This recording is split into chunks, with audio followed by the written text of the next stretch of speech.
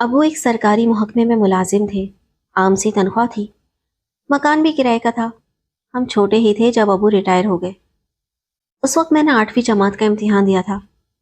اچانک گھر کے حالات خراب ہونا شروع ہو گئے، جبکہ سہیل بھائی تعلیم کے لیے امریکہ جا چکے تھے۔ وہ کچھ کماتے نہیں تھے، بلکہ امی ابو کے محتاج تھے۔ نعیم بھائی اور شکیل بھائی نے BSc مکمل کرنے کے بعد سعودی عرب جانے کا فیصلہ کیا۔ انہوں نے کچھ ٹیکنیکل قسم کے ڈپلومہ کورس بھی کیے ہوئے تھے۔ ہمارے گھریلو حالات کا تقاضا یہی تھا کہ وہ دونوں مالی طور پر معاون بنے، اور انہوں نے یہی کیا۔ باجی فریحہ نے BSc کیا تھا اور میں اس وقت انٹر میں تھی۔ تبھی باجی کے رشتے آنے لگے۔ دونوں بھائی سعودی عرب میں تھے اور والدین کو نہ صرف خرچ بھیجتے بلکہ اپنی جمع پونجی بھی ان کے پاس بھیج دیتے تھے تاکہ ان کی محنت کی کمائی محفوظ رہے۔ انہیں کیا خبر تھی کہ والدین دور اندیشی کی بجائے وہ رقم دیگر بچوں کی فرمائشیں پوری کرنے میں خرچ کر رہے ہیں۔ مگر والدین ہمیشہ یہی کہتے کہ تمہاری رقم ہمارے پاس محفوظ ہے۔ باجی کا ایک جگہ رشتہ طے ہو گیا، مگر سسرال والوں کی طرف سے جہیز کا مطالبہ تھا۔ امی نے فوراً ان کا مطالبہ مان لیا۔ ان کا خیال تھا کہ خوشحال گھرانوں کے رشتے مشکل سے ملتے ہیں اور کچھ حاصل کرنے کے لیے کچھ دینا بھی پڑتا ہے۔ چنانچہ دونوں بھائیوں کی کمائی سے ان لالچی لوگوں کی مانگی گئی ہر چیز پوری کر کے باجی کو بیاہ دیا گیا۔ امی کو لگا کہ بیٹی سسرال میں عزت پائے گی، مگر معاملہ الٹا ہو گیا۔ سسرال والے مزید تنگ کرنے لگے۔ باجی نئی دلہن تھی، خوشی کی جگہ پریشانی سے سابقہ پڑا۔ نجات کی ایک صورت یہ سمجھی گئی کہ شوہر اور ساس کو مہربان بنانے کے لیے تعویذ کروائے جائیں۔ آپ کو تو معلوم ہے، جو اس راہ پر چل نکلے اسے جعلی پیروں اور لالچی عاملوں کے جنگل میں پھنسنا ہی ہوتا ہے۔ باجی اور امی نے مل کر ان پیروں اور عاملوں پر ہزاروں روپے لوٹا دیے، مگر سکون کے بجائے پریشانی مزید بڑھ گئی۔ انہی دنوں نعیم بھائی اور شکیل بھائی کا ویزا ختم ہو گیا اور وہ پاکستان واپس آ گئے۔ اب والدہ پریشان۔ بیٹوں نے اپنی جمع شدہ پونجی واپس مانگی ہے تو کیا جواب دیں گی؟ وہ ساری رقم بے حساب خرچ کر چکی ہیں، اور اوپر سے دونوں بیٹے اب ملازمتیں بھی چھوڑ چکے ہیں۔ بھائیوں نے یہاں کاروبار شروع کرنے کا سوچا، مگر سرمایہ کہاں تھا؟ جب امی نے بتایا کہ وہ رقم تمہاری بہن کی شادی پر خرچ ہو چکی ہے تو وہ ہکا بکا رہ گئے۔ خیر سوائے صبر کے اور کیا چارہ تھا؟ وقت کو تو گزرنا ہی تھا، سو گزرنے لگا۔ باجی کی شادی کو 4 سال ہو چکے تھے۔ ان کے یہاں 3 بیٹیاں ہوئیں۔ وہ دن رات آہیں بھرتیں کہ کاش ایک بیٹا ہو جاتا، مگر قدرت کے آگے کس کی چلی ہے۔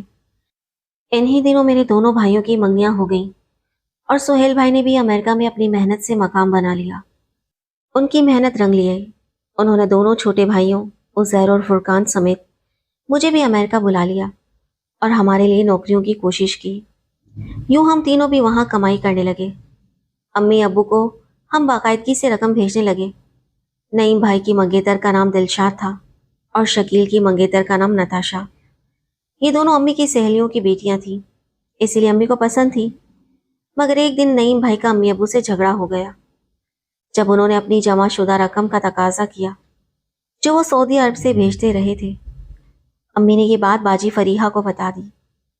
فریحہ باجی نے امی سے کہا کہ ہو نہ ہو یقیناً یہ باتیں دلشاد ہی نعیم کو سکھاتی ہوگی۔ وہ امی کے کانوں میں بار بار کہنے لگی کہ اماں، آپ نے نوٹ کیا ہے جب سے نعیم کی منگنی ہوئی ہے وہ کتنا بدل گیا ہے۔ امی کے ذہن میں باجی نے دلشاد کا ایسا نقشہ بٹھا دیا کہ وہ اسے اپنا دشمن سمجھنے لگی۔ صرف امی ابو ہی نہیں، سارا گھر ہی اس غریب لڑکی کے خلاف ہو گیا۔ مگر نعیم بھائی کچھ سوچ کر خاموش تھے۔ سب نے چاہا کہ وہ اس لڑکی سے شادی نہ کریں، مگر وہ ڈٹ گئے اور کہا کہ جیسی بھی ہے میں شادی اسی سے کروں گا۔ شادی کے بعد گھر کا ماحول مزید خراب ہو گیا۔ نتاشا کو بھائی کی طرف سے پیار ملا تو امی اس کی بلائیں لیتی، لیکن دلشاد کو برا بھلا کہنے لگی۔ شروع میں دلشاد چپ چاپ سب کچھ برداشت کرتی رہی۔ جب وہ امید سے ہوئی تو بھائی نے بیوی کا زیادہ خیال رکھنا شروع کر دیا، جس سے سسرال والے اور بھی بیزار اور حسد میں مبتلا ہو گئے۔ دلشاد بھابھی کے چاند سا بیٹا ہوا، فریحہ باجی کے تو جیسے آگ ہی لگ گئی۔ جہاں سب خوش تھے وہاں وہ آگ کی لپیٹ میں تھی کہ ہائے اللہ، میرے 3 لڑکیاں اور بھائی کی پہلی اولاد، وہ بھی لڑکا، خیر جو اللہ کی مرضی، بندہ کیا کر سکتا ہے سوائے ٹھنڈی آہیں بھرنے کے۔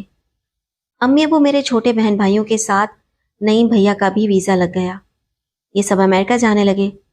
تو دلشاد کو بھائی نے سمجھایا کہ مجھے مت روکو، انشاءاللہ میں جلد ہی تم کو وہاں بلوا لوں گا۔ بھائی نے صبر سے کام لیا، ساس سسر کے ساتھ شوہر کو بھی خوش دلی سے خدا حافظ کہا۔ شاید وہ اچھے مستقبل کی خاطر یہ داغ کی جدائی برداشت کر گئی۔ شکیل بھائی، نتاشا اور دلشاد بھابھی کے علاوہ ہماری ساری فیملی امریکہ آ گئی۔ یہاں آ کر امی کو فون پر اطلاع ملی کہ دلشاد پھر سے حاملہ ہے۔ اب اپنے بچوں کے لیے نعیم بھائی کچھ کرنا چاہتے تھے۔ انہوں نے سوچا کہ میرے بھائی مجھے کچھ کاروبار کرا دیں تاکہ تھوڑا تھوڑا کر کے ان کی رقم اتار سکوں، مگر باجی شاید کچھ اور ہی سوچ رہی تھی۔ میں نے بھائی کو جویلری کی دکان کرا دی۔ اس بات پر بہت ہنگامہ ہوا اور باجی نے کہا کہ تم نے دلشاد کے لیے آرام کا سامان فراہم کیا ہے۔ امی اور باجی کے کہنے پر آ کر دلشاد شکیل بھائی اور نتاشا کو بہت پریشان کرنے لگے۔ یہاں نیو جرسی میں نعیم بھائی کی بڑی بہنوئی کے ساتھ نوک جھوک ہوئی جو بعد میں دوستی میں بدل گئی، مگر فریحہ باجی نے اس بات کو دل میں بٹھا لیا اور اپنے بھائی سے بدلہ لینے کا ارادہ کر لیا، اور امی نے بھی ان کا ساتھ دیا۔ دلشاد کے خلاف اتنا اکسایا گیا کہ بات بڑھ گئی، یہاں تک کہ جو لوگ دلشاد کو جانتے بھی نہیں تھے وہ بھی ان کے خلاف بولنے لگے۔ بھائی سے کہا جانے لگا کہ انہیں طلاق دے دیں۔ میرے بھائی یہاں سے پریشان ہو کر پاکستان واپس آ گئے۔ میرے والدین اور باجی کو بھائی کا اپنی بیوی کے پاس جانا برا لگا اور انہوں نے نعیم سے قطع تعلق کر لیا۔ کچھ دنوں بعد بڑے بھائی سہیل کی شادی ہو گئی۔ ان کی بیگم باجی کو زیادہ منہ نہ لگاتی تھی، یہ بات انہیں بے حد گراں گزری۔ جب بڑے بھیا سے شکایت کی گئی تو انہوں نے الٹا باجی کو منہ توڑ جواب دیا۔ یوں ان کی اور باجی کی انبن ہو گئی۔ بھائی نے بہن سے قطع تعلق کر لیا اور امی نے اتنا برا منایا کہ بیٹے کو جائیداد اور ہر چیز سے آگ کر دیا۔ اس کے باوجود باجی کا غصہ ٹھنڈا نہ ہوا۔ جب وہ ملنے آتے باجی کی شے پر سب ان سے ملنے سے گریز کرتے اور وہ بری طرح دھتکارے جاتے۔ امی ابو البتہ دونوں بیٹوں کو کھو کر پچھتاتی اور بہت روتی تھی، مگر میری باجی کی سازش کامیاب رہی۔ انہوں نے بدلے کی آڑ میں بہت ظلم کیے اور سگے والدین کو ان کے جوان سال بیٹوں سے جدا کر دیا۔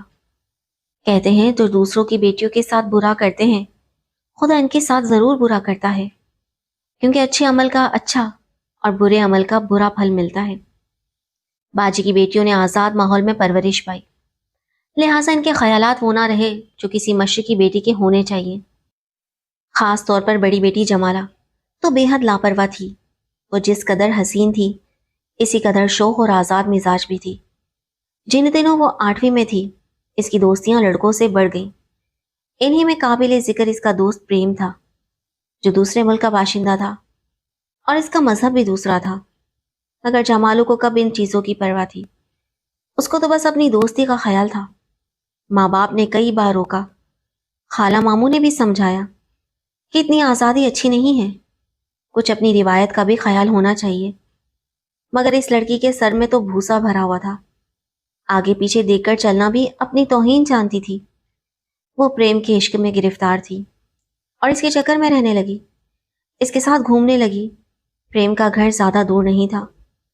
دونوں کی محبت روز بروز والہانہ پن کی طرف بڑھ رہی تھی۔ فریحہ بیٹی کو دبے لفظوں میں روکتی اور شوہر سے اس کی حرکتوں کو چھپاتی تھی۔ اگر ہم مذہب ہوتے تو شاید ماں بھی نہ روکتی کہ امریکہ میں لڑکیاں اپنی مرضی کرتی ہیں، ان کو روک ٹوک کم ہوتی ہے اور جیسا بھی داماد ہو قبول کر لیا جاتا ہے، مگر اب یہ امر محال تھا۔ جبکہ جمالہ اور پریم نے آئندہ کے لیے ساتھ نبھانے کی قسمیں کھائی تھیں اور پریم نے اس سے شادی کرنے کا وعدہ کر لیا تھا۔ کچھ عرصے یہ معاملہ چھپا رہا، بالآخر سب کو خبر ہو گئی تو جمالہ کے والد نے اس کا پریم سے ملنا بند کر دیا۔ اس پر وہ بغاوت پر اترنے لگی تو ان لوگوں نے عافیت اس میں جانی کہ فی الحال خاموش ہو جائیں اور منصوبہ بندی سے اس معاملے کو سلجھائیں۔ فریحہ نے پریم کے والدین سے جا کر بات کی کہ لڑکا ہمارے مذہب کو قبول کر لے ورنہ میری بیٹی کا خیال چھوڑ دے، کیونکہ ہم لوگ بیٹیوں کی شادیاں غیر مذہب میں نہیں کر سکتے۔ پریم کے والد نے معذرت کر لی کہ وہ بھی مسلمان لڑکی کو بطور بہو قبول کرنے پر تیار نہیں ہے، لہٰذا وہ ان دونوں کو جدا کرنے میں پورا پورا ساتھ دے گا۔ پریم کے والدین سوچی سمجھی اسکیم کے تحت کچھ دنوں کے لیے بھارت چلے گئے۔ پریم کو بھی ساتھ جانا پڑا۔ اس کے جاتے ہی باجی اور بہنوئی نے بھی رخت سفر باندھا اور کچھ دنوں کے لیے وطن آ گئے۔ امریکہ میں والدین اولاد پر اپنی مرضی مسلط نہیں کر سکتے، مگر یہ اپنا وطن تھا، ساری برادری کا ساتھ بھی تھا۔ بس فریحہ کے خاوند ارشاد بھائی نے کسی کو نہ بتایا، چھپکے سے جمالہ کا رشتہ اپنی بہن کے بیٹے سے کر دیا، جس کو امریکہ جانے کا ازحد ارمان تھا۔ اس نے بڑی خوشی سے جمالہ کو قبول کیا۔ پھپھی بھی پھولے نہیں سما رہی تھی کہ امریکی نیشنل اس کی بہو بنے گی تو بیٹے کی قسمت سنور جائے گی۔ کسی کو خبر نہ تھی کہ جمالہ کا دل تو پریم کی مٹھی میں ہے۔ کسی نے اس کے انکار کی پرواہ نہیں کی۔ مقررہ تاریخ پر بس 4 آدمی ہیں اور نکاح ہو گیا۔ باپ نے بیٹی اور داماد کو گاڑی میں بٹھایا اور اس کے پھپھی کے گھر پہنچا دیا۔ اس کو دلہن بھی نہیں بنایا گیا اور نہ مایوں وغیرہ کی رسم ہوئی۔ بہن کو ارشاد بھائی نے سمجھا دیا تھا کہ لڑکی امریکہ سے آئی ہے، وہ ان رسموں سے آشنا نہیں ہے، چھڑ جائے گی۔ گھر لے جا کر دلہن بنا لینا اور رسومات بھی ادا کر لینا۔ ادھر جمالہ کو پتہ نہیں تھا کہ وہ اپنی بھول کو اب چھپا نہ پائے گی، کیونکہ پریم کی قربت نے اسے غلط حالات سے دوچار کر دیا تھا۔ تاہم جب وہ پھپھی کے گھر آئی تو اس کی پھپھی نے سمجھداری سے کام لیا اور 2-3 دن اسے اپنے کمرے میں رکھا تاکہ وہ گھر اور اس کے مکینوں سے مانوس ہو سکے اور یہ نہ سمجھے کہ اس کے ساتھ زبردستی ہو رہی ہے۔ جب وہ پھپھی کے ساتھ سو رہی تھی تو اس جہاندیدہ عورت نے بھانپ لیا کہ اس عورت کا معاملہ مختلف ہے اور یہ کٹھن حالات سے دوچار ہونے والی ہے۔ اس نے بیٹے کو سمجھایا کہ میرے بھائی کی بیٹی ہے، لہٰذا اب ان کی لاج رکھنی ہے جو تمہارے ہاتھ میں ہے، اور تمہیں ہر صورت امریکہ جانا ہے۔ جمالہ کو قبول کر لو اور اپنا مستقبل بناؤ، جو اسی صورت ممکن ہے۔ یہ ایک کٹھن آزمائش تھی۔ رفیع نے ماں سے کہا کہ آپ نے کیوں ایسی لڑکی میرے پلے باندھی ہے جو پاک دامن نہیں ہے؟ میرا کیا قصور تھا ماں؟ آخر آپ نے ایسا کیوں کیا؟ اگر بھائی کی خاطر ایسا کیا ہے تو آپ کو اپنا بھائی بیٹے سے بھی زیادہ پیارا ہونا چاہیے۔ ماں نے کہا کہ مجھے خود علم نہ تھا، مگر اب جب کہ 2-3 روز سے جمالہ میرے پاس ہے، مجھے لگتا ہے کہ جمالہ مشکل میں پڑنے والی ہے۔ شک ہوا تھا، مگر خود جمالہ کو بھی اپنے ساتھ درپیش مشکل حالات کا علم نہیں ہے۔ اس شک کی تصدیق یوں ہوگی کہ تم کچھ دن اور اس سے دور رہو۔ ماں کے سمجھانے بجھانے سے رفیع خاموش ہو گیا۔ جمالہ سے شادی کے بعد وہ جتنا خوش تھا، اب اسی قدر گھٹ کر رہ گیا تھا۔ بات چیت ہوتی تو رفیع سے پوچھنے کی کوشش ضرور کرتا کہ کیا تم کسی سے محبت کرتی تھی؟ جمالہ باپ کے ڈر سے نہ بتاتی اور خاموش ہو جاتی۔ آخرکار والدین اسے سسرال چھوڑ کر واپس امریکہ چلے گئے اور وہاں جا کر فون پر اطلاع دی کہ آپ لوگوں کے یہاں آنے کے انتظامات کر رہے ہیں، جلد آپ لوگوں کو بلا لیں گے۔ اب جمالہ پاکستان رہنے پر مجبور تھی۔ پھپھی نے کافی پیار دیا اور رفیع نے بھی نہ ستایا، لہٰذا وہ باپ کے وعدے کا اعتبار کرتے ہوئے رہ گئی۔ مگر اب اس کی طبیعت خراب ہونے لگی اور آخرکار پھپھی اسے ڈاکٹر کے پاس لے گئی، جس نے انکشاف کیا کہ جمالہ 6 ماہ بعد بچے کی ماں بنے گی۔ یہ حقیقت جانتے ہی وہ رونے لگی۔ اس کی پھپھی نے تسلی دی کہ رو نہیں، میں تمہارا ساتھ دوں گی۔ انسانی سے نوجوانی میں بھول ہو جاتی ہے، شکر کرو کہ اللہ نے تمہارا پردہ رکھ لیا ہے۔ وہ پھپھی کی تو شکر گزار تھی، مگر اب شوہر سے آنکھ نہیں ملا پاتی تھی۔ اس کے سامنے نہ جاتی تھی، اس منہ سے جاتی؟ کسی اور کا بوجھ اٹھا کر کسی اور کے گھر کی مالکن بن جانا اس قدر تکلیف دہ بات تھی۔ 6 ماہ بعد جب اس نے بیٹے کو جنم دیا تو پھر پھپھی نے اس کے والد کو اطلاع دی کہ آؤ اور آ کر اپنی بیٹی لے جاؤ، کیونکہ رفیع نے اسے اپنانے سے صاف انکار کر دیا تھا۔ اب جمالہ کا برا حال تھا، ایک تو اس کی حالت خراب تھی، پھر وہ پریم کا تحفہ لے کر کہاں جاتی؟ اس کے والد کا فون آیا کہ میری بیٹی کو واپس بھیج دو، مگر معاملہ بچے کا پیچیدہ تھا۔ وہ شوہر کے گھر سے ماں کی خالہ کے گھر پہنچا دی گئی، جو پاکستان میں ہی رہتی تھی۔ خالہ کے گھر وہ بیمار پڑ گئی تو خالہ نے جمالہ کی ساس کو فون کیا کہ آپ اپنی امانت لے جائیں، میں عمر بھر انہیں نہیں رکھ سکتی۔ خالہ جی نے رفیع سے رابطہ کیا اور انسانیت کا واسطہ دیا تو اس نے کہا کہ ٹھیک ہے، میں جمالہ کو رکھ لیتا ہوں، مگر بچہ کسی صورت قبول نہیں۔ اگر یہ بچہ چھوڑ کر آ سکتی ہے تو میں اسے معاف کر دوں گا۔ جمالہ نے بچہ ہماری خالہ کے سپرد کیا اور خود پھوپھی کے گھر چلی گئی۔ 4 ماہ اس کے بچے کو خالہ نے سنبھالا، مگر ماں کے بغیر وہ نہ جی سکا اور اللہ کو پیارا ہو گیا۔ اب جمالہ کو عقل آئی۔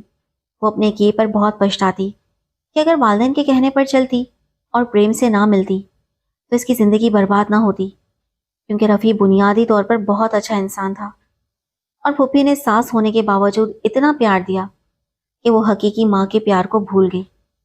پہلے پریم سے جتنا پیار تھا اب اتنی ہی نفرت محسوس ہوتی تھی۔ اس نے اس کی تعلیم پر بادل چھائے اور پھر زندگی برباد کر ڈالی۔ اس سے کیسے تعلق رکھتی جو اس کی زندگی برباد کر رہا تھا؟ اس کا دل امریکہ سے اکتا چکا تھا، وہ واپس جانے پر خوش نہ تھی۔ رفیع نے اس سے قبول کر لیا اور اس سے اچھا سلوک کرتا تھا۔ اب ہماری باجی بھی پچھتاتی تھی کہ ناحق سگے بھائیوں سے جھگڑا مول لیا اور ان سے دور اختیار کی، تو آج میری بچی وہاں پاکستان میں ساس سسر کے رحم و کرم پر ہے۔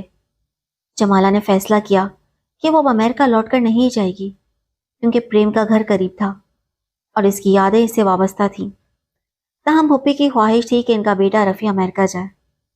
انہی دنوں باجی فریحہ کو اطلاع ملی کہ پریم کو بھارت میں سانپ نے ڈس لیا، وہ وہاں فوت ہو گیا۔ اس کے سوگوار والدین پریم کے بغیر واپس آ گئے۔ یہ خبر اگرچہ اچھی اور خوش آئند نہ تھی، لیکن جمالہ کے لیے اب امریکہ جانا آسان تھا، کیونکہ آخری سے والدین سے بھی ملنا تھا۔ رفیع کی مراد برائی اور وہ اس کے ساتھ امریکہ آ گیا۔ تاہم وہ ہر سال پھوپھی سے ملنے جاتا تھا۔ جمالہ کو اس سانحہ کی بات پاکستان اچھا لگنے لگا۔ وہ کہتی تھی کہ بہت کچھ گنوا کر اب مجھے عقل آئی ہے کہ لڑکیوں کے لیے زیادہ آزادی اچھی نہیں ہوتی، جبکہ امریکہ میں بہت زیادہ آزادی ہے۔ اس آزادی کی وجہ سے نوعمر لڑکیاں اکثر حادثات کا شکار ہو جاتی ہیں۔ آج کے عہد میں گرچہ سب کو آزادی چاہیے، مگر ایسی آزادی نہیں جس سے عزت خاک میں مل جائے اور زندگیاں برباد ہو جائیں۔ آدمی اگر جسمانی طور پر برباد ہو جائے تو نقصان ہوتا ہے، مگر ذہنی بربادی بہت زیادہ نقصان پہنچاتی ہے۔ لہٰذا ہمیں چاہیے کہ ہم اپنے بچوں کی اخلاقی اقدار کو پختہ کریں اور انہیں جسمانی اور ذہنی بربادی سے بچائیں۔ یہ اسی صورت ممکن ہے جب والدین بچوں کی تربیت کریں اور دینی و دنیاوی دونوں طرح کی تعلیم کو لحاظ میں رکھیں۔